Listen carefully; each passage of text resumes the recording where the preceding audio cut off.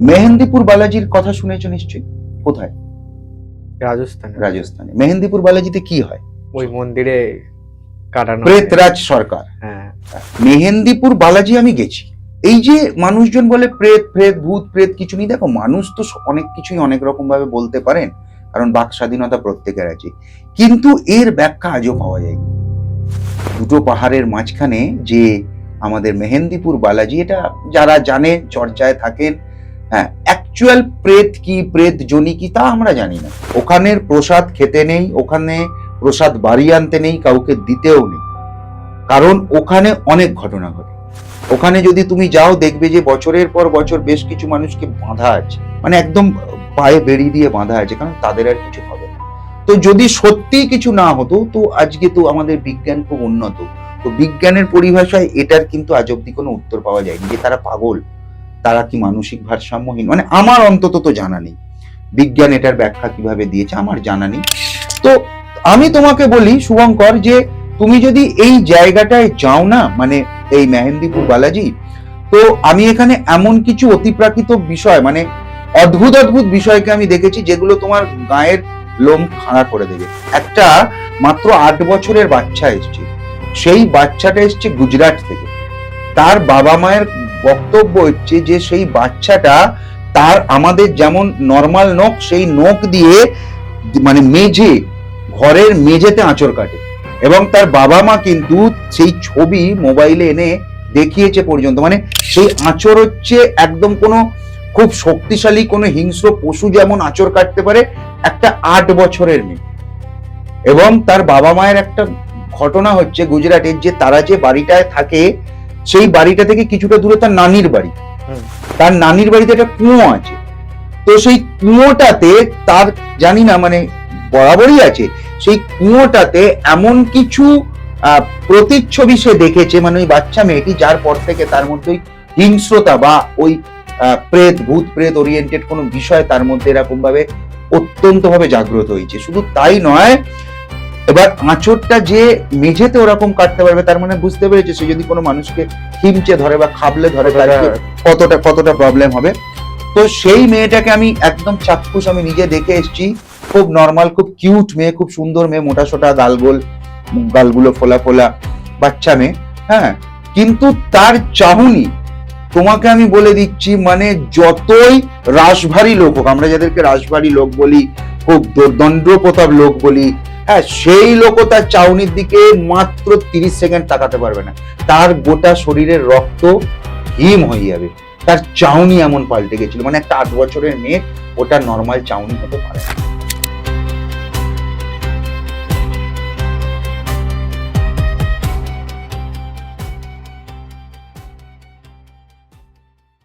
গোসাই ঠাকুরের আড্ডায় আপনাদের আরো একবার স্বাগত। আপনারা জানেন গোসাই ঠাকুর প্রত্যেক সপ্তাহে নতুন নতুন অতিথির সাথে নতুন নতুন বিষয় নিয়ে আসে আপনাদের সামনে। আজকে আমরা যাকে পেয়েছি গোসাই ঠাকুরের আড্ডায়, তিনি কিন্তু গোসাই ঠাকুরের আড্ডায় প্রথমবার একেবারেই নয়। তার আগের ভিডিওগুলোতে আপনারা যথেষ্ট ভালোবাসা দিয়েছেন, কমেন্ট করেছেন এবং অনেক কিছু জানতে চেয়েছেন তার কাছে। তাই আজকে গোসাই ঠাকুরের আড্ডায় আরো একবার অ্যাস্ট্রোলজার সুরঞ্জিত ঘোষ। দাদা, ওয়েলকাম টু গোসাই ঠাকুরের আড্ডা। সবার প্রথম তোমাকে যেটা জিজ্ঞাসা করব, আজকের এপিসোডটা যে প্রশ্নটা দিয়ে শুরু করব, সেটা হচ্ছে যে মানুষের জীবনে অনেক সময় অনেক ওঠানামা আসে, এটা অ্যাস্ট্রোলজির দিক থেকে কি হয় বা জ্যোতিষ কি বলে, কেন হয় এরকম? আর এর সাথেই কোনো মানুষ একটা কাজ তার জীবনে বহুবার করার চেষ্টা করেছে, কিন্তু সববারই ব্যর্থ হয়েছে, মানে সেই কাজটা করতে গেলেই কোনো না কোনো রকম ভাবে সে বাধাপ্রাপ্ত হচ্ছে বিভিন্ন বিষয়, বিভিন্ন দিক থেকে। এটা কেন হয়? মানে রিপিটেডলি সে ফেল কেন হচ্ছে ওই একই কাজ করতে গেলে?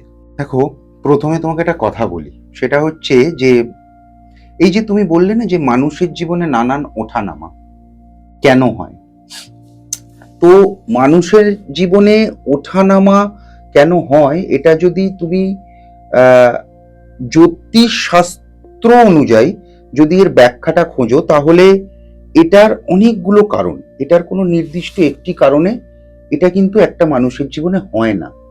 কি কি কারণ, আমি তোমাকে কয়েকটা কারণ তার মধ্যে থেকে পার্টিকুলারলি বলি।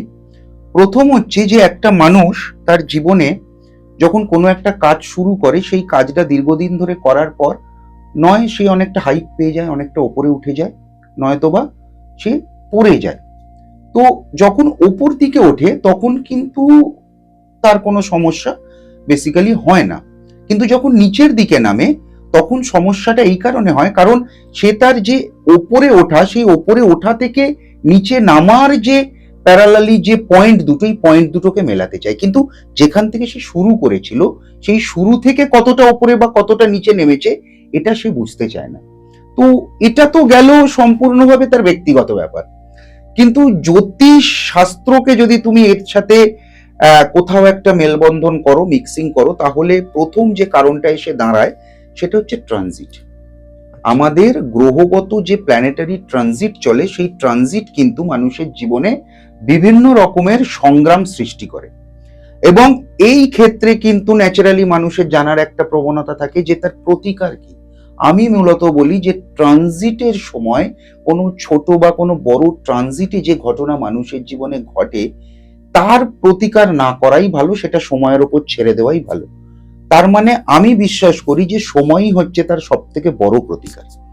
আর যেটা হয় সেটা হচ্ছে যে ধরো এখন স্যাটার্ন ট্রানজিট করছে, মানুষের তো একটা ভয় আছে শনি রাহু এদের নিয়ে, শনি ট্রানজিট করছে। তো শনি মূলত যখন তার হরোস্কোপে তার জন্মকালীন যে চার্ট মানে D1 যে চার্ট, লগ্ন চার্ট, সেই লগ্ন চার্টের ওপর দিয়ে যখন D1 চার্টের ওপর দিয়ে শনি যখন রাহুর ওপর দিয়ে, রাহু যে হাউসটায় বসে আছে সেই রাহুর ওপর দিয়ে যখন শনি ট্রানজিট করে বা গোচর করে, সেই পিরিয়ডটা সেই সময়কালটা কিন্তু সেই জাতক বা জাতিকার জন্য বেশ চ্যালেঞ্জিং একটা সময়।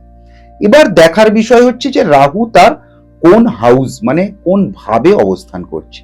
এখানে নক্ষত্রকে আমি খুব একটা গুরুত্ব দেব না বা প্রাধান্য দেব না। তারপর যখন দেখা যায় যে চন্দ্র মানে তার যেটা নিজস্ব রাশি, সেই রাশির ওপরেই অর্থাৎ চন্দ্রের ওপর যখন শনি ট্রানজিট করে তখন অবশ্যই তার কিন্তু মানসিক কিছু সমস্যা তৈরি হয়। এবার চন্দ্র তো যে অবস্থান মানে যে রাশিতে বসে আছে সেটা তার রাশি, কিন্তু চন্দ্র তো লগ্নকে এক ধরে অ্যান্টি ক্লকওয়াইজ একটা কোনো ভাবে বসে আছে। হতেই পারে যে চন্দ্র 4th হাউসের লর্ড হয়ে 11th হাউসে বসে আছে, 10th হাউসে বসে আছে, 5th হাউসে বসে আছে, সেটার ওপর দিয়ে যখন শনি ট্রানজিট করছে তখন ওই ভাব ওরিয়েন্টেড তার মধ্যে অনেক বেশি মানসিক দুশ্চিন্তা বাড়াতে পারে। যদি পরে এখানে দেখতে হবে ডিগ্রি, কি কতটা ডিগ্রি পেয়েছে, কতটা বল প্রাপ্ত হয়েছে। এছাড়াও শনি বা রাহু এরা ছাড়াও কিন্তু একটা পার্টিকুলারলি ধরো কর্মে কারোর একটা সমস্যা তৈরি হলো, বেশ তার একটা স্মুথ লাইফ চলছিল, হঠাৎ তার কর্মজীবনে একটা সমস্যা তৈরি হলো, এটাকেও তো জীবনের একটা ওঠানামাই মানুষ ধরে। তো এই ক্ষেত্রে যখন তার কর্মজীবনে সমস্যা হয় তখন সবার প্রথম দেখতে হয় যে আমাদের যে কর্মের কারক গ্রহ কিন্তু শনি, কারক গ্রহ স্থির কারক গ্রহ শনি, এবং কর্মফল দাতাও কিন্তু কারক গ্রহ স্থির কারক গ্রহ শনি। কিন্তু আমরা বেসিক্যালি কর্মকে রিপ্রেজেন্ট করি আমরা সান দিয়ে, সূর্য দিয়ে। তো সূর্য থেকে কিন্তু পার্টিকুলার একটা হাউস ওয়াইজ যদি সূর্য থেকে শনি ওই ঘরগুলোতে যদি অবস্থান করে ট্রানজিটে গোচরে, তাহলে পরে কিন্তু সেই মানুষটার কর্মজগতে একটা সমস্যা আসবে। তো এই যে একটা কর্মজীবনে সমস্যা এলে, এবার প্রত্যেকটা গ্রহ তো তার নিজস্ব একটা করে স্থির কারকত্ব নিয়ে আছে। প্রত্যেকটা গ্রহকেই আমরা জ্যোতিষ শাস্ত্র মত মানে জ্যোতিষের শাস্ত্রজ্ঞরা বলেছেন যে এক একটি গ্রহ এক একটি স্থির কারক। তোমার ন্যাটাল চার্টে এবার তোমার হরোস্কোপে দেখতে হবে যে তোমার ডিগ্রিগতভাবে কোনটা তোমার আত্মকারক, কোনটা অমাত্যকারক, কোনটা ভাতৃকারক গ্রহ, তো এইভাবে কোনটা দ্বারাকারক, কোনটা বিভিন্ন রকম যে কারকত্ব আছে তার সাথে স্থির কারক গ্রহের ঠিক কতটা সম্পর্ক ভালো তোমার লগ্ন চার্টে, এই বিষয়গুলো দেখতে হবে। এটা কিন্তু খুব জেনারেল প্রেডিকশন আমি তোমাকে বলছি, আচ্ছা, এটা কিন্তু একদম জেনারেল প্রেডিকশন, মানে এমন নয় যে এটা সবার ক্ষেত্রে সমান। হ্যাঁ, মানে সবার ক্ষেত্রে তো সমান বটেই, কিন্তু সবার ক্ষেত্রেই খুব মারাত্মক বাজে ফল বা ভালো ফল দেবে, এটা একটা জেনারেল প্রেডিকশন। এবার এর পর তোমাকে আরেকটা জিনিস দেখতে হবে যে সেই মুহূর্তে তোমার কোন মহাদশা চলছে, কোন গ্রহটার মহাদশা তোমার চলছে। এবার যে গ্রহটার পার্টিকুলারলি মহাদশা চলছে সাধারণত আমরা জেনারেল প্রেডিকশন যখন করি তখন আমরা ওপর বলি 6, 8, 12, এই যে 6th হাউস, 8th হাউস এবং 12th হাউসের লর্ডের যদি পরে কখনো কখনো মহাদশা চলে, তো সেই মহাদশা খুব একটা ভালো যায় না। কিন্তু এখানে একটা প্রশ্ন আছে, এখানে একটা শুধু প্রশ্ন নয়, এখানে একটা বাস্তবভাবে একটা জিনিস ভাবার আছে যে ষষ্ঠ, অষ্টম, দ্বাদশ ঘরের ভাবাধিপতি শুধুমাত্র কিন্তু ষষ্ঠ, অষ্টম বা দ্বাদশ ঘরের ভাবাধিপতি নয়। কেন নয় আমি তোমাকে বলি, কারণ ধরো কারোর যদি কুম্ভ লগ্ন হয়, তো কুম্ভ লগ্নের ক্ষেত্রে তুমি একটা জিনিস খুব কমনলি দেখবে যে তার বুধ এইটা কিন্তু তার পঞ্চম এবং অষ্টমপতি। তাহলে তার যদি বুধের মহাদশা চলে সেই জাতক বা জাতিকার, তাহলে এই বুধ শুধু তো অষ্টমপতি নয়, সে তো পঞ্চমপতিও। তাহলে তাকে আমরা শুধু অষ্টমপতি মহাদশা চলছে বলে ছেড়ে দিলে আমাদের চলবে না। এবং এই বুধটা একটা নির্দিষ্ট কোনো জায়গায় অবস্থান করছে, নবমে করতে পারে, অষ্টমেও করতে পারে, সপ্তমেও করতে পারে। তো সবার প্রথম দেখতে হবে যে এই পঞ্চমপতি এবং অষ্টমপতি বুধটা তার কোথায় অবস্থান করছে, কোনো অন্য গ্রহ দ্বারা দৃষ্ট কিনা, দৃষ্টিটা কতটা তার পাওয়ারফুল, কতটা পাওয়ারফুল নয়, সে কোনো রকম ভাবে কোনো গ্রহের সাথে ক্ষেত্র বিনিময় করেছে কিনা, সহাবস্থান করেছে কিনা, এইটার উপরে একটা, এগুলো কিন্তু সব জেনারেল প্রেডিকশন। আবার ধরো বৃষ লগ্ন, যখনই বৃষ লগ্ন থেকেও তুমি এসো যাদের মেষ লগ্ন, মেষ লগ্নের ক্ষেত্রেই কিন্তু লগ্নপতি মঙ্গল, সেই কিন্তু আবার অষ্টমপতি। যদি মঙ্গল কিন্তু তখন আবার লগ্নপতি আবার অষ্টমপতি, তার যদি মহাদশা চলে, ঠিক এইভাবেই ক্যালকুলেশন করতে হবে। আবার যদি তুমি বৃষ লগ্নের ক্ষেত্রে শুক্রকে দেখো, তখন দেখবে শুক্র কোথাও গিয়ে তোমার হয়ে যাচ্ছে ষষ্ঠপতি, ঠিক আছে, আবার কোথাও গিয়ে তোমার ইয়ে হয়ে যাচ্ছে তোমার লগ্নপতি। তো এই যে নানান রকমের যে শুক্র, বুধ, এদের যে অষ্টম, ষষ্ঠপতি, দ্বাদশপতি, এরা তো শুধু অষ্টম বা ধরো সব থেকে অদ্ভুত জিনিস হচ্ছে কুম্ভ লগ্নের ক্ষেত্রেই তুমি দেখো, যেটা বললাম কুম্ভ লগ্নের লগ্নপতি এবং দ্বাদশপতি নিজেই শনি। তাহলে সেই ব্যক্তি যদি শনির মহাদশা পায়, তাকে কিভাবে ক্যালকুলেট করব যে লগ্নপতির মহাদশা না দ্বাদশপতির মহাদশা? এগুলো জেনারেল প্রেডিকশন, ঠিক আছে, যে কেন ওঠানামা করে আমাদের জীবনে। এবং এটা তোমাকে শুধুমাত্র এইভাবে দেখলে হবে না, এর সাথে দেখতে হবে যে তোমার হরোস্কোপে কোন গ্রহটা খারাপ, মানে কোন গ্রহটা পীড়িত, কোন গ্রহটা দুর্বল। যদি পরে পীড়িত বা দুর্বল গ্রহের তোমার মহাদশা চলে এবং ট্রানজিটের সাথে সেটা কতটা পারমিট করছে, কারণ সর্বদাই গোচরের সাথে মহাদশাকে পারমিট করার একটা ব্যাপার আছে, জীবনে অনেক বড় কিছু পেতে বা জীবনে বিভিন্ন রকমের বাধাপ্রাপ্ত হতে, এটা সম্পূর্ণভাবেই কিন্তু আমাদের জীবনে তৈরি। তো খুব সহজভাবে বলতে গেলে যে তোমাকে সবার প্রথমে দেখতে হবে যে তোমার লাইফে যে সার্টেন আপ ডাউনস করছে, সার্টেন, এই যেটা তুমি প্রথম প্রশ্ন করলে যে হঠাৎ হঠাৎ আপ ডাউন, এটা ট্রানজিটের জন্য হতে পারে। এটা তোমার যে মহাদশা চলছে সেই মহাদশার যে গ্রহটি, সেই গ্রহটা তোমার হরোস্কোপে কি পজিশনে আছে তার উপর, তার সাথে ট্রানজিট কতটা পারমিট করছে, কতটা পারমিট করছে না, এই বিষয়গুলো দেখা প্রচন্ডভাবে প্রয়োজন। তো এই কারণে হঠাৎ করে আপস অ্যান্ড ডাউন তৈরি হয়। এবার এখানে একটা বিষয় হচ্ছে যে এই বিষয়টা যখন আমি তোমাকে আগেই বললাম, যখন তুমি এটাকে ট্রানজিটের ওপর দিয়ে দেখতে দেখতে যাবে, তখন আমার ব্যক্তিগত মত এটাকে আমি সময়কেই ধরে নিই যে এটা সব থেকে ভালো প্রতিকার।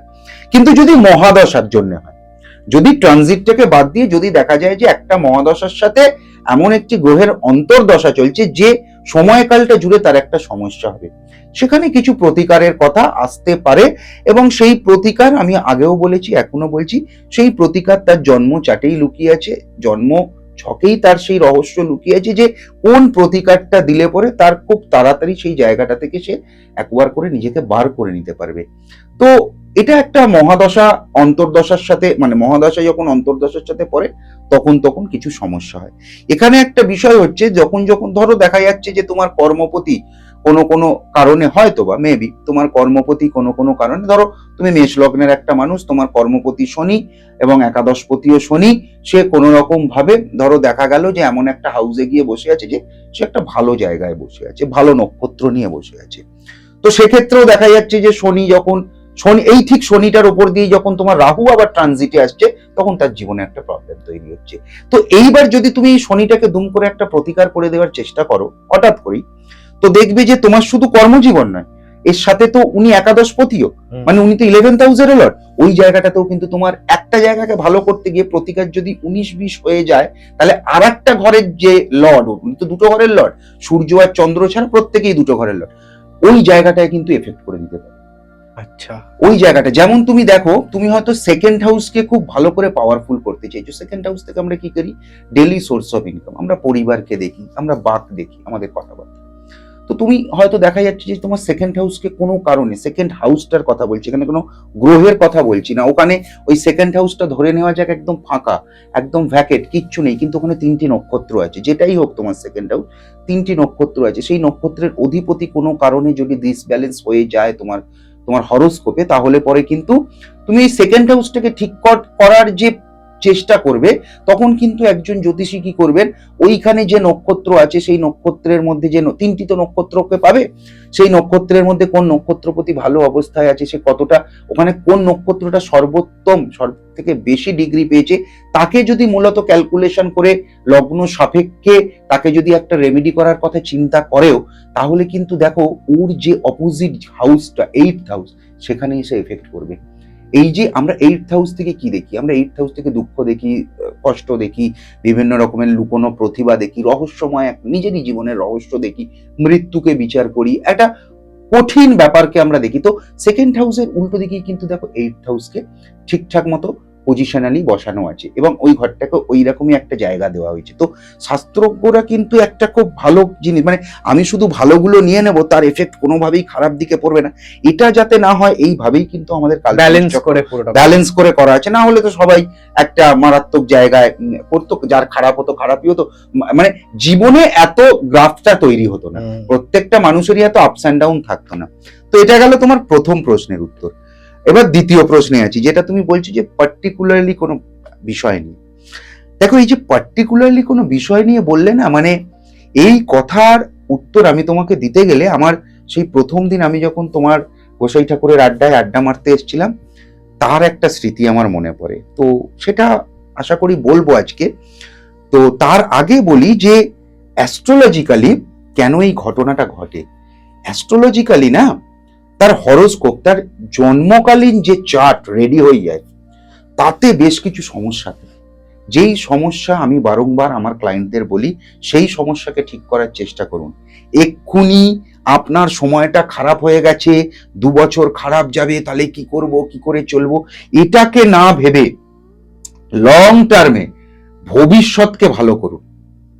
মানে এই মুহূর্তে আমার এই যে ট্রানজিট বা মহাদশা, যেটা তোমার আগের প্রশ্ন ছিল, এইটা ঠিক আছে, এটা এখন তোমার একটা সিচুয়েশন চলছে, বা একটা মহাদশার সাথে অন্তর্দশায় চলছে, বা ট্রানজিটে চলছে মহাদশার সাথে, এটা একটা ঠিক আছে। কিন্তু এই যে তুমি দ্বিতীয় প্রশ্নটা করেছো না, যে এমন একটা সমস্যা, এরকম কিন্তু সত্যি দেখা যায় যে সে হয়তো, তার হয়তো বাড়িতে কোনো ভালো অনুষ্ঠান করতে গেলেই হয়তো খবর পাচ্ছে তার মামার বাড়ির কেউ একজন মারা গেছে, ব্যাঘাত সৃষ্টি হচ্ছে, তার মামার বাড়ির কেউ মারা যাচ্ছে, তার হয়তো নিজের জেঠু বা কাকু এরম মারা যায়, এরকম কিন্তু প্রচুর আছে। এটা একদম তুমি ঠিক কথা বলেছো। তার মানে এমন এমন ক্লায়েন্টকে আমি দেখেছি যার নিজের জন্মদিন কোনোদিন আজ অব্দি হয়, মানে তার জন্মদিনের দিন কেউ একজন মারা গেছিল, সেটা হয়নি, তারপরে যতবার ট্রাই করা হয়েছে কোথাও থেকে না কোথাও থেকে একটা খারাপ খবর এসছে, এটা দেখবে হয়।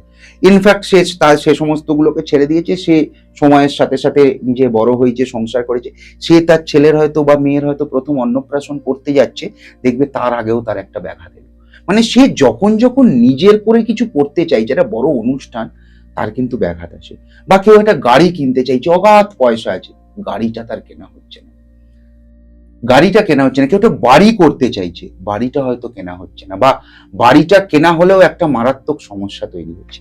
তো এটা কেন হয় আমি তোমাকে বলে দিচ্ছি। মূলত এটা হয় আমাদের টোটাল জন্মছকে, এটা একদম জন্ম থেকেই এটার একটা কিন্তু নির্দেশ পাওয়া যায়, এটার একটা নির্দেশ পাওয়া যায়। এবং বিভিন্ন গ্রহ না বিভিন্ন রকম ভাবে এটাকে রিপ্রেজেন্ট করে, কোন গ্রহ কোথায় কিভাবে আছে।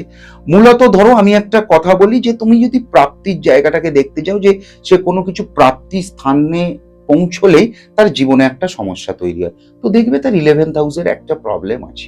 11th হাউসের লর্ড, তার সাথে রাহু কেতু আছে, শনি আছে, এদের একটা প্রবলেম আছে।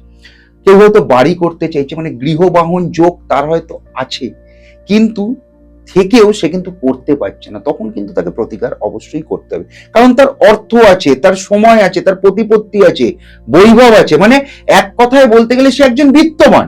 কিন্তু বিত্তবান হলেও তার কোথাও গিয়ে বাড়িটা কেনা হচ্ছে না, কোথাও গিয়ে গাড়িটা কেনা হচ্ছে না, বারবার বারবার আটকে যতবার, যাচ্ছে। হ্যাঁ হয়তো যতবার সে চেষ্টা করেছে, তার হয়তো কেউ একটা হসপিটালিটিতে মানে হসপিটালাইজড হয়ে গেছে, সে সেখানে বেশ কিছু টাকা খরচা করে ফেলেছে। আবার একবার হয়তো 10 মাস পর বা 1 বছর পর কেনার চেষ্টা করেছে, হঠাৎ তার একটা কোনো সমস্যা তৈরি হয়েছে, কোনো আইনি ঝুট ঝামেলা চলেছে, এরকম কারণে তার পার্টিকুলারলি ওই কাজটা আর করা হচ্ছে না, মানে একটা গাড়ি হয়তো কেনা হচ্ছে না। এবং হয়তো দেখলে দেখা যাবে যে তার কাছে হয়তো 10, 12 বা 15 লক্ষ টাকার গাড়ি কেনাটা কোনো ব্যাপারই না, কোনো ম্যাটারই করে না, মেনটেন্স তো দূরের কথা, মানে কেনাটাও কোনো ব্যাপার নয়, মেনটেন কিন্তু তুই পারছে না, পার্টিকুলারলি এইটা হয়। তো আমি তোমাকে একটা কথা বলি যে এটা ছাড়াও আরো একটা জিনিস দেখবে খুব মানুষের মধ্যে হয়, যেটা হচ্ছে যে তুমি খুব প্রিয় মানুষ, তোমাকে অনেক লোক চেনে, পরিচিত অনেক মানুষ আছে, তো যে অল্পতে খুব দেখবে প্রতিষ্ঠা পেয়ে যায়, পরিচিতি বাড়াতে পারে, আমাদের বয়সী, আমাদের থেকে কম বয়সী, তারা দেখবে কোনো অনুষ্ঠান বাড়িতে গেল, বা ধরো তোমার বাবা মায়ের খুব ভালো বন্ধু বান্ধব, তুমি তোমার বাবা মায়ের সাথে তাদের কোনো অনুষ্ঠান বাড়িতে গেলে সে দেখেই তোমাকে জড়িয়ে ধরে বললো কেমন আছিস, কাজকর্ম কেমন চলছে, পড়াশোনা কেমন চলছে, বলে একটা তোমাকে দুম করে একটা গিফট দিয়ে দিল। এই যে অপ্রত্যাশিত গিফট, এই অপ্রত্যাশিত গিফট কিন্তু আমরা 8th হাউস থেকে দেখি। অপ্রত্যাশিত কেন? কারণ তুমি কিন্তু প্রত্যাশাই করনি, তুমি এমনি গেছো, তোমাকে গিফটটা ধরিয়ে দিল। এই যে অপ্রত্যাশিত গিফট, এটা আমরা 8th হাউস থেকে দেখি। আর 8th হাউস থেকে আমরা কি দেখি? আমাদের কিন্তু সমস্ত রকমের সমস্যাও দেখি। তো একটা মজার জিনিস হচ্ছে অপ্রত্যাশিত গিফট, যেটা প্রত্যাশিত নয়, মানে তুমি জন্মদিন করছো, তুমি বিয়ে করছো, তুমি 5টা লোককে নিমন্ত্রণ করেছো, সেই গিফট নিয়ে আসবে, এটা প্রত্যাশিত। কিন্তু হঠাৎ আমি তোমার সাথে রাস্তায় দেখা হলো, তোমাকে কিছু কিনে গিফট দিলাম, তুমিও খুব খুশি হয়ে নিয়ে চলে এলে, দেখবে এরকম অপ্রত্যাশিত গিফট বহু মানুষ নেওয়ার পর তাদের জীবনে বহু সমস্যা তৈরি হয়েছে, হেলথ ইস্যুস, মানে শারীরিক সমস্যা তৈরি হয়েছে, আর্থিক সমস্যা তৈরি হয়েছে, কেরিয়ার নিয়ে সমস্যা তৈরি হয়েছে, কর্ম নিয়ে সমস্যা তৈরি হয়েছে, পড়াশোনা নিয়ে সমস্যা তৈরি হয়েছে, আর্থিক সঞ্চয় নিয়ে শুরু হয়েছে সমস্যা, তাদের কলহ হয়েছে দাম্পত্য জীবনে, তাদের ভালোবাসা প্রেমের সম্পর্কে বিভিন্ন রকম মনোমালিন্য হয়েছে, এটা হয়েছে। তো এই যে অপ্রত্যাশিত গিফটও যদি পরে তুমি নাও না, তাহলেও তোমার সমস্যা হবে। এটা এটা কিভাবে দেখে? এটা মূলত দেখে, আমি খুব সহজভাবে দু একটা কথা বলি, এটা দেখার অনেক সূক্ষ্ম সূক্ষ্ম বিষয় আছে। খুব সহজভাবে যদি দেখো, তোমার 8th হাউসে যদি কোনো গ্রহ বসে থাকে, তাহলে সেই গ্রহ ওরিয়েন্টেড কোনো গিফট তুমি কখনো নেবে না, অপ্রত্যাশিতই হোক আর প্রত্যাশিতই হোক। আর যদি নিয়েও নাও, তাহলে নেওয়ার পরে কিছু সামান্য প্রতিকার আছে, যেটা তুমি বাড়িতে নিয়ে আসার সাথে সাথে যদি করে ফেলতে পারো, তাহলে তোমার কিন্তু সেই প্রবলেমটা হবে না। এটা গেল প্রথম কথা। দ্বিতীয় কথা হচ্ছে, যদি ওই ঘরটায় কোনো গ্রহ না থাকে অষ্টম ঘরে, তাহলে অষ্টম ভাবাধিপতি যে, তাকে দেখে নাও যে সে আর কোন ঘরের ভাবাধিপতি।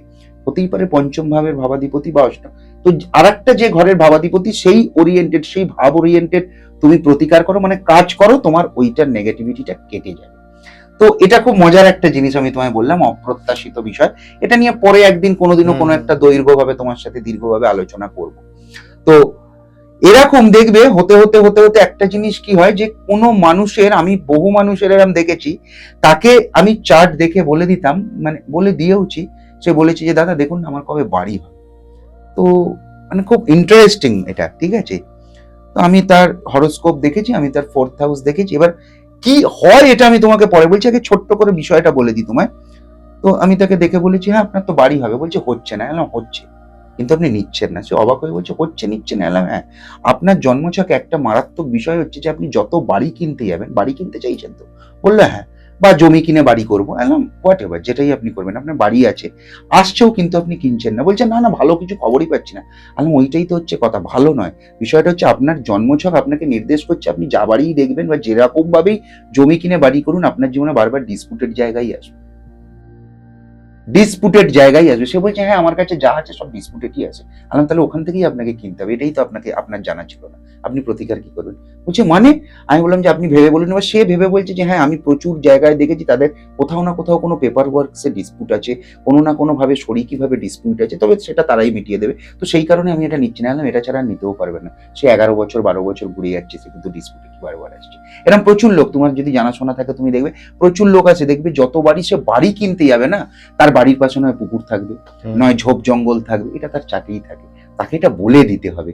মূলত ফ্ল্যাট কিনতে গেল, তো তার চার্টটা তুমি দেখো, তার চার্টটাকে খুব ভালো করে দেখলে তুমি তাকে বলে দেবে আপনি কিন্তু যখনই যা কিনবেন এই এই ধরনের জিনিস কিনবেন, আপনি সাকসেস পাবেন। বলবে এই ধরনের জিনিস হয় না, হ্যাঁ এই ধরনের জিনিস কিনুন, আপনি সাকসেস হবেন। এবং সে তখন অনেক চিন্তা ভাবনা করে বললো হ্যাঁ আমার কাছে এরকম খবর আছে। তো একজন মারাত্মক একটা আমার ক্লায়েন্টের ঘটনা আমি তোমাকে বলি আজকে। তো এটা কেন হয়, আর সবার আগে এটা জানো এটা কেন হয়। এটা আমাদের যে 4th হাউস, আমরা 4th হাউস থেকে তো দেখি, 4th হাউসের সাথে আমরা বিশেষত মঙ্গল এবং শুক্রকে দেখি। কারণ মঙ্গল আমাদের ভৌম কারক গ্রহ বা ভূমির কারক গ্রহ, মঙ্গল আমাদের বাড়ির দিকটাকে দেখে, আর শুক্র দেখে আমাদের ফ্ল্যাট লাক্সারিয়াস প্রপার্টি। তো এই মঙ্গল আর শুক্রের সাথে সূক্ষ্ম, আমি সূক্ষ্ম কি বিষয়ে সেটা বলবো না, কারণ এই জ্ঞানটা আমাকে অনেক কষ্ট করে অর্জন করতে হয়েছে। এর সাথে শনি রাহু, এর সাথে চন্দ্র এবং জুপিটার, এদের প্রত্যেকের একটা রিলেশন দেখতে হয় জন্মচাটে। একটা রিলেশন, রিলেশন নট এ সংযোগ, শুধুমাত্র সংযোগ, একটা রিলেশন, একটা পার্টিকুলারলি রিলেশন দেখতে হয়। সেই রিলেশনটা দেখলে পরে বোঝা যায় যে তার বাড়িটা কি ধরনের হবে। শুধু বাড়ি নয়, সে যে কোনো কাজই যদি করতে চায়, মানে এই যে জন্মদিন করতে চাইছে, অন্নপ্রাশন, সবটাই দেখা যায়। তার বিবাহ করতে গেলে কোনো সমস্যা আসবে না, সবটাই দেখা যায়, একটা রিলেশন। শুধু এটাই নয়, এর সাথে আরো একটা পার্টিকুলারলি জিনিস আছে। ধরো তোমার একটা বাড়ি, তোমার বাড়ি, তোমার বাড়িতে আমি যাব না, কিন্তু তোমার জন্মচার্ট দেখে আমি, ওই যে বললাম একটা রিলেশন, সেখান থেকে আমি এমন কিছু পার্টিকুলারলি জিনিস দেখে তোমায় বলে দেবো যে তোমার বাড়ির মূলত কোন জায়গা থেকে ওইটা যার ব্যক্তিগত জন্মচার্ট তার রোগটার উৎপত্তি হচ্ছে। মানে তোমার একটা রোগ আছে, সেই রোগটা তোমার বাড়ি থেকে হচ্ছে, এবং তোমার বাড়ির ঠিক পার্টিকুলারলি কোন জায়গা থেকে সেই রোগটার উৎপত্তি হচ্ছে। এবং তুমি ম্যাক্সিমাম সময়, আমি এটা ম্যাক্সিমাম সময় দেখেছি, এটা আমি আমার পড়াশোনার সময়, এখনো এটা আমি গবেষণায় রেখেছি, এখনো অব্দি আমি দেখেছি যে এটা আমি যতজনকে বলেছি ম্যাক্সিমাম জায়গায় সেই মানুষটার কিন্তু ম্যাক্সিমাম ওষুধ ওই জায়গাটাতে থাকে, যে জায়গাটা আমি বলি থাকে। মানে সে বলে যে হ্যাঁ আমার তো অমুক জায়গায় ফ্রিজ আছে, এক্স্যাক্টলি ফ্রিজের মাথায় আমার ওষুধটা আছে, আর ওটাই কিন্তু আমার ওই ডাইরেকশন, নর্থ হতে পারে, নর্থ ইস্ট হতে পারে, ওটাই আমার ডাইরেকশন। এটা পুরোপুরি ক্যালকুলেট করে, এটা শুধু চার্টই দেখে আমাকে তার বাড়িতে যেতে হবে না, আমি তাকে বলে দিতে পারি যে এই জায়গা থেকে আপনার আসছে, এবারে আপনি মনে করে দেখুন যে এখানে আপনি কি কি রাখেন। সে অনেক চিন্তা ভাবনা করে বলে হ্যাঁ এখানেই তো আমার ওষুধগুলো, হ্যাঁ ফ্রিজ আছে ওখানে, ওখানে তো ফ্রিজ আছে, আচ্ছা হ্যাঁ ফ্রিজ আছে। তো তারপরে বলে যে হ্যাঁ ফ্রিজের মাথায় আমার ওষুধ আছে, এবং ম্যাক্সিমাম ওষুধটা সেখানে থাকে। মানে সে হয়তো 10টা ওষুধ খায়, 6টা ওষুধ সেখানে আছে। বলে আরে ফ্রিজের মাথায় কেন রেখেছি জানেন তো, ওইখানে আমাকে কাজকর্ম করতে করতে করতে হয়তো সকালের দিকে ওখানটায় বসে কাজ করি, তো ওই কয়েকটা ওষুধ সকালে খাওয়ার আছে বলে ওইখানেই রাখা আছে। এটাই হচ্ছে ব্যাপার। তো ওই জায়গায় উনি বারবার বসছেন, ওই জন্যই তো ওখানে বসছেন, ওখান থেকেই কিন্তু রোগের উৎপত্তি। মানে কোথা থেকে রোগের উৎপত্তি সেটাও কিন্তু চাটে থাকে। এবার তোমাকে মজার কথা বলি, যে মজার কথাটা আমি তোমাকে বলবো বলে এতক্ষণ ধরে বলছিলাম। একটি লোককে আমি বলেছিলাম, আমার 2টি ক্লায়েন্ট ছিল, 2 ভাই, তো দুজনেই বাড়ি কিনবে, দুজনেরই খুব ভালো সম্পর্ক, এবং অদ্ভুতভাবে দুজনের বেশি ডিফারেন্স নয়, মানে 2 ভাইয়ের, আমার 2 ক্লায়েন্টের 2 ভাইয়ের বেশি ডিফারেন্স নয়। তো একজন বললো যে আমি বাড়ি কিনবো, ভেরি গুড, বাড়ি কিনুন। তো আরেকজন বললো যে আমিও বাড়ি কিনবো, আমি মূলত ফ্ল্যাট কিনবো। বললাম আচ্ছা ফ্ল্যাট কিনুন, কিন্তু সে ফ্ল্যাটটা কিনবে হচ্ছে স্টেটের বাইরে, আমাদের এই পশ্চিমবঙ্গে সে কিনবে না, সে কিনবে স্টেটের বাইরে। সে কোথায় কিনবে, সে কিনবে তোমার ঝাড়খণ্ডে। ঠিক আছে তাই কিনুন। বললো যে তো আপনি আমার চার্টটা একটু দেখে বলে দিন যে কি ধরনের আমি বাড়ি কিনলে আমার খুব ভালো হবে। তো আমি দেখে টেকে বললাম যে আপনার তো গৃহবাহন যোগ ভালোই আছে, আপনি এতদিনেও বাড়ি করেননি? বলছি যে না। আমি বললাম এমন মানে নিজে কিছুই করেননি? বলছি যে না। আমি তো আপনি তো কোথাও থাকেন? বললো যে হ্যাঁ আমি কোথাও থাকি। আমি দেখুন আপনাকে একটা খুব মজার কথা বলি, সেটা হচ্ছে যে আপনি যতবারই বাড়ি করবেন বা কোনো কোয়ার্টার্সে থাকবেন, যে কোনো কোয়ার্টার্সে, সেখানে কখনো না কখনো কোনো না কোনো সময়, যখনই যে অবস্থাতেই আপনি কিনুন না কেন বা থাকুন না কেন, সব সময় সেখানে কোনো না কোনো বড় পুজো হয়ে থাকে। বললো বড় মানে? আমি বললাম বিভিন্ন মানুষ তো ওখানে থাকতে পারে, তো তাদের মূলত সেই সমস্ত মানুষের, যেমন আমরা বাঙালি আমাদের দুর্গাপুজো মানে মূল উৎসব, মেন উৎসব আমাদের, সেরকম যদি পরে কোনো অবাঙালি থাকে তাদের লক্ষ্মী গণেশ মেন উৎসব, মানে গণেশ পূজাটা মেন হতে পারে, মানে মারাঠিরা, তো তাদের মেন কোনো দেব বা দেবীর পুজো আপনি থাকবেন। তখন সে বলছে আমি যতগুলো মানে কোয়ার্টার্সে আজ অব্দি অফিসে ছিলাম প্রত্যেকটা বাড়িতেই এরম হয়েছে। ওর আগে ও 2টো মানে কোয়ার্টার্সে থাকতো, সেই 2টো বাড়িতে দুর্গাপুজো হতো। দুর্গাপুজো হতো মানে ঠাকুর এনে দুর্গাপুজো হতো না, বা নবরাত্রি পালন হতো না। বাঙালি পরিবার থাকতো, তারা ঘটে দুর্গাপুজো করতেন, এবং দুর্গাপুজোটা তারা কিন্তু করতেন না শরৎকালে, তারা অ্যাকচুয়ালি যেটা বাসন্তী পুজো, এক্স্যাক্টলি সেইটা করতেন। দুটো পরিবার, মানে দুটো আলাদা আলাদা জায়গায় যতবারই গেছে তারা দুটোই করতেন। একজন শরৎকালে দুর্গাপুজো করতেন বড় ছবিতে, আর একজন বাসন্তী পূজা করতেন। আর একটা জায়গায় 3 নম্বর যে জায়গায়, সেখানে তিনি যে বাড়িটা পেয়েছিলেন সেখানে কালী পুজো হতো, মানে ওই কোয়ার্টারেই সে ঠাকুর এনে পুজো করতো, কোয়ার্টারের সবাইকে খাওয়াতো। 4th টাইম যেখানে যায় সেখানে খুব বড় করে গণেশ পুজো হতো। তো এটা কিন্তু হয়, মানে তোমার চাটে ওটা আছে যে তুমি যতবার বাড়ি দেখবে। তো তখন বলছে তাহলে আমি ঝাড়খণ্ডে যেটা দেখবো সেটা। আলাম ঝাড়খণ্ডে আপনি যে ফ্ল্যাট দেখবেন, আপনি তো নতুন ফ্ল্যাট দেখবেন, তো ন্যাচারালি সেখানে আর কিছু হবে না। তো কিন্তু আমি আপনাকে বলে দিচ্ছি, দেখুন ন্যাচারালি আপনি যেখানে কিনবেন না, ওই ফ্ল্যাটটা যে ওনারই থাক না কেন, একটা সময় তো কারোর বাড়ি ছিল, আপনি খোঁজ খবর নেবেন যে ওই ভূমিতে কোনো পুজো হতো কিনা। এবং সে আমাকে লাস্ট মানে 6 মাস আগে এসে জানিয়েছে সে ঝাড়খণ্ডে যে ফ্ল্যাটটা কিনেছে সেই ভূমিটায় একটা অলরেডি দুর্গার ঘট প্রতিষ্ঠায়, মানে ওরা যে দুর্গা পুজোটা করে নবরাত্রি যেটা, সেখানে অলরেডি একটা বেদি আছে, তাদের পূর্বপুরুষরা ওখানেই পূজাটা করতেন এই ঝাড়খণ্ডে। হ্যাঁ, তো তার উপরেই ফ্ল্যাট হয়েছে, সেটা আলাদা করে মন্দির মতো করা হয়েছে। যেটা হয় মানে আমরা বলি না যে দেবত্ব সম্পত্তি বা দেবত্ব, ওই রকম একটা ছোট করে রাখা আছে। তো সে তো অবাক, মানে তার তো এটা খুব অবাক লেগেছে যে আমার কাছে সবসময়। হ্যাঁ, তো এটা আশীর্বাদ অভিশাপ বলে নয়, আপনি ভগবান পাচ্ছেন বা ভূত পাচ্ছেন বা প্রেতাত্মা পাচ্ছেন, মানে এটা কোনো আশীর্বাদ অভিশাপ নয়, এটা হচ্ছে আপনার চাট, এটা আপনার চাট। তো আর একটা ব্যাপার হচ্ছে যে ওনার যে আর একটি ভাই ছিলেন, উনি একটু পাগল গোছের কেন, এবার কারণটা বলি। এটা কিন্তু একটা ভয়ঙ্কর ঘটনা। এই যে বহু লোক বলে না যে জ্যোতিষের সাথে প্রেতাত্মার কোনো সম্পর্ক নেই, ওটা তন্ত্রের সাথে আছে বা ওটা স্পিরিচুয়াল অন্য কোনো একটা সেকশনে আছে, কিন্তু জ্যোতিষের সাথে প্রেতাত্মার প্রত্যক্ষ কোনো সম্পর্ক না থাকলেও পরোক্ষ সম্পর্ক আছে।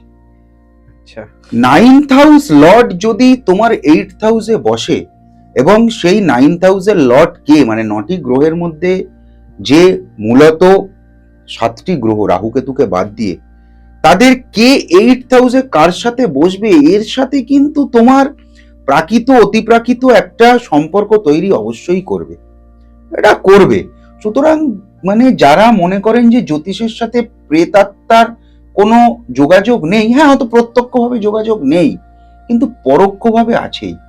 এই যে তোমার ওপর কোনো তন্ত্রক্রিয়া করা হয়েছে কিনা সেটা তুমি কিভাবে বুঝবে, বা যদি বুঝতে নাও পারো, একজন ভালো অ্যাস্ট্রোলজার কিন্তু, মানে ভালো মানে আবারও বলি অভিজ্ঞ অ্যাস্ট্রোলজার, তোমার সেই সমস্যা নিয়ে চারটা দেখার পর কিন্তু সে বলবে যে তোমার উপর কিছু একটা ঘটনা ঘটেছে যেটা ন্যাচারাল নয়।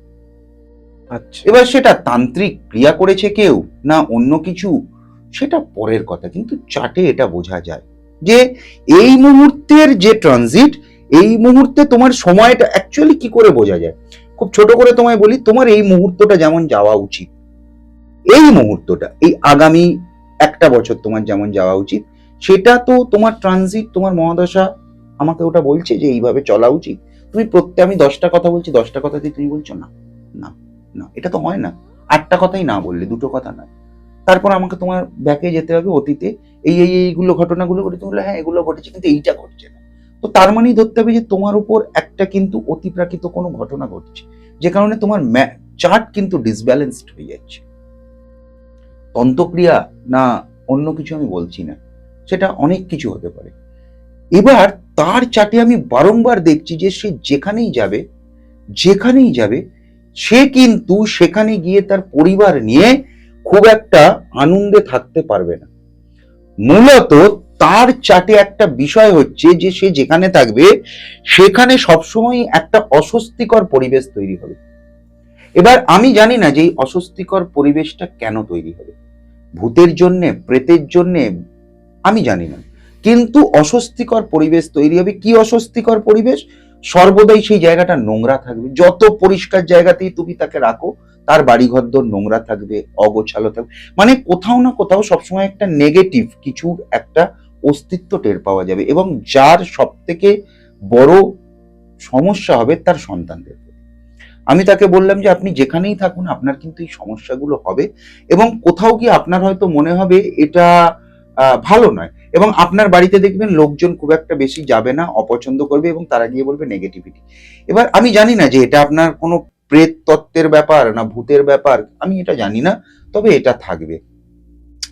তো সে বললো যে হ্যাঁ আমার বাড়িতে লোকজন আসে না, আমি খুব একটা পরিষ্কার টরিষ্কার কিছু রাখিও না। তো আমার মেয়ে, ওনার মেয়ে আছে, ওনার মেয়ের একটা সমস্যা হয়, ও ভয় পাওয়ার সমস্যা হয়। ইনফ্যাক্ট ওনার মেয়েকে যখন উনি হোস্টেলে রেখে এসেছিলেন ব্যাঙ্গালোরে, যখন সরি পুনেতে পড়তে গিয়েছিলেন মেয়ে, পুনেতে যখন উনি ওনার মেয়েকে রেখে এসেছিলেন, ওনার মেয়ে কিন্তু খুব ভালো ছিল।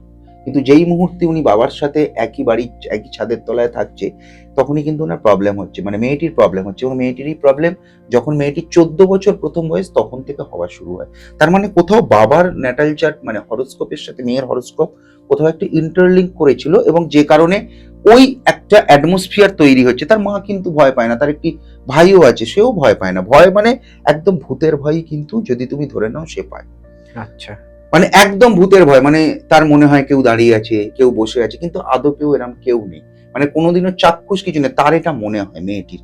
এবং বাবাও, ওই যে বললাম একটু পাগল করছে, তো বাবাও সবসময় ওরম, মানে সবসময় খুব ভালো, খুব ইন্টেলিজেন্ট লোক, প্রচন্ড শিক্ষিত লোক, কিন্তু সবসময় না, লোকে বলে যে অত পড়াশোনা করে পাগল, সবসময় বিড়বিড় করে যায়, কিন্তু কি বিড়বিড় করে যায় কেউ জানে না। মানে একটা আর কিছু কিছু ব্যাড হ্যাবিট আছে, মানে চোখটা এরম করা, ঘাটটা নাড়ানো, মানে অদ্ভুত একটা আছে। তো আমি যখন তাকে এটা দেখলাম, বললো তাহলে আমি কি কোনোদিনই ভালো সেরকম বাড়ি কিছু করতে পারবো না? আলাম আপনি এই মুহূর্তে থাকেন কোথায়, এই মুহূর্তে কোন বাড়িতে থাকেন? বললো এটাও আমারই বাড়ি, অ্যাকচুয়ালি এটা আমার ভাইয়ের পৈতৃক বাড়ি, জ্যাঠা কাকারা আছে, আমাদের পোর্শন সব আলাদা হয়ে গেছে, তো আমি চাইছি, ভাইও যেমন চাইছে, যেহেতু দু ভাইয়ের খুব সম্পর্ক ভালো, ওদের ওদের মতো সমস্ত কিছু মিটমাট হয়ে গেছে, আমরাও চাইছি আমাদের মতো করবো। তো এই একই বাড়ি, মানে ওখানে ধরো শরিকি একটা ব্যাপার, তো পার্টিকুলারলি উনি যে পোর্শনটায় থাকতেন সেই পোর্শনটা এই প্রবলেমটা হতো, কারণ হচ্ছে ওনার চার্টে আছে। এবার উনি যেখানে বাড়ি কিনবেন, তাহলে তো সেখানেও সেটা যাবে। আমি বললাম হ্যাঁ অবশ্যই যাবে, তো আপনি কিছু বাড়ি ঘর দর একটুখানি দেখেছেন কি? তখন বললো হ্যাঁ আমি বাড়ি ঘর দর দেখেছি, আমার কি ধরনের বাড়ি কেনা উচিত, আমি বাড়ি ঘর দর দেখেছি। আমার একজন ক্লায়েন্ট আছে, আমি তাকে বলেছি একটা বাচ্চা ছেলে, মানে বাচ্চা ছেলে এই কারণে বলছি, তার অনেকটা আমার থেকে বয়স কম, ভালো চাকরি করে, মা নেই, বাবা আছে। সে চাকরি পেয়ে আমাকে বলেছিল যে দাদা আমি একটা ফ্ল্যাট কিনবো, বাড়িটারি মানে বিয়ে করতে হবে, বাবা আর আমার সংসার, ভাড়া বাড়িতে থাকে। আমি ওকে বলেছিলাম তুই এই ধরনের ফ্ল্যাটটা কেন, তো ফ্ল্যাটটা হবে। তো আমি ওকে একটা কথাই বলেছিলাম যে সবসময় দেখবি তুই যে ফ্ল্যাট কিনবি, তোর ফ্ল্যাটের ব্যাক সাইডে খুব বড় পুকুর থাকবে, পজিটিভ নেগেটিভ কি ব্যাপার সেটা পরের কথা, খুব থাকবে, আর খুব দেখবি জোলো হাওয়া থাকবে, তো সেখানেই ফ্ল্যাট হবে। এবং ও সব থেকে ভালো ফ্ল্যাট দেখে দেখে দমদমে থাকে ছেলেটা, যেটা কিনেছে তার পেছনটায় পুরো একটা বড় পুকুর, বড় পুকুর, ঝিল নয়, বড় পুকুর, সবসময় জোলা। ও বলে যে দাদা আমার এটাই হয়েছে, আর খুব শান্তিতে থাকে। ও ভীষণ বড় আমাদের রামকৃষ্ণদেব মানে পরমহংস রামকৃষ্ণদেবের ভক্ত, উনি রামকৃষ্ণদেবের মানে ও রামকৃষ্ণদেবের ভালো মূর্তিও প্রতিষ্ঠা করেছে, তো ও খুব ভালো আছে। তো ঠিক এইরকমই আমি ওকে বলেছিলাম আপনি যেখানেই যাবেন আপনার সাথে এই নেগেটিভিটি যাবে, এবং আপনার কিন্তু এই প্রবলেমটা হবে, এই প্রবলেমের প্রতিকার আপনাকে করতে হবে, যেটা মূল কথা, যে এই যে কেন হয়।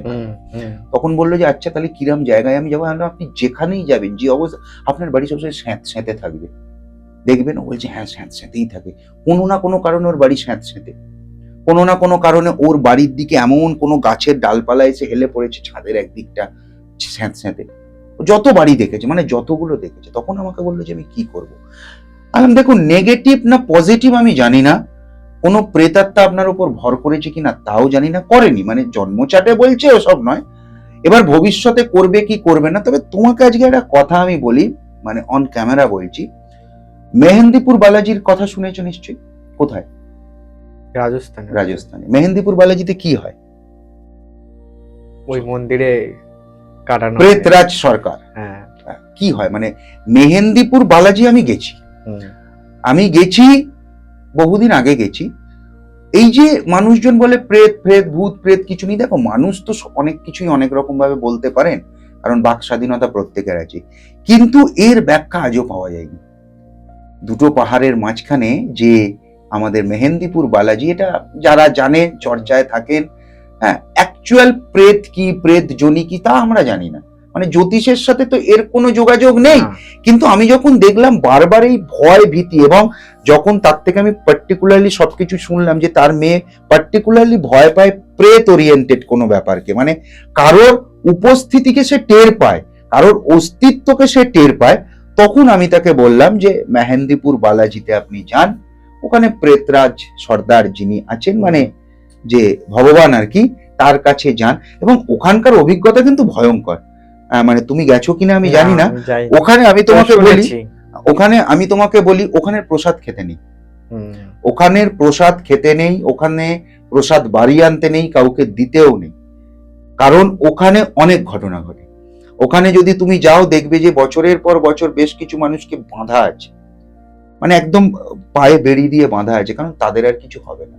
তো যদি সত্যি কিছু না হতো, তো আজকে তো আমাদের বিজ্ঞান খুব উন্নত, তো বিজ্ঞানের পরিভাষায় এটার কিন্তু আজ অব্দি কোনো উত্তর পাওয়া যায়নি যে তারা পাগল, তারা কি মানসিক ভারসাম্যহীন, মানে আমার অন্তত তো জানা নেই বিজ্ঞান এটার ব্যাখ্যা কিভাবে দিয়েছে, আমার জানা নেই, তো সেটা নিয়ে না বলাই ভালো। কিন্তু ওখানে দেশ বিদেশ থেকে অনেক মানুষ আসছে, এবং যাদের বিভিন্ন রকমের সমস্যা থাকে, যাদের অনেক সমস্যা থাকে, এই ভয় ভীতি, জাদু টোনা, মানে কালা জাদু, ওইটা কিন্তু দারুণ। মানে দেখো, জাদু টোনা বা কালা জাদুর জন্য অনেকে মায়াঙ্ককে একটা শ্রেষ্ঠ স্থানে রেখেছে, মায়াঙ্ককে অবশ্যই আমিও শ্রেষ্ঠ স্থানে রেখেছি, সেটাও কিন্তু সম্পূর্ণভাবে তান্ত্রিক কালা জাদু।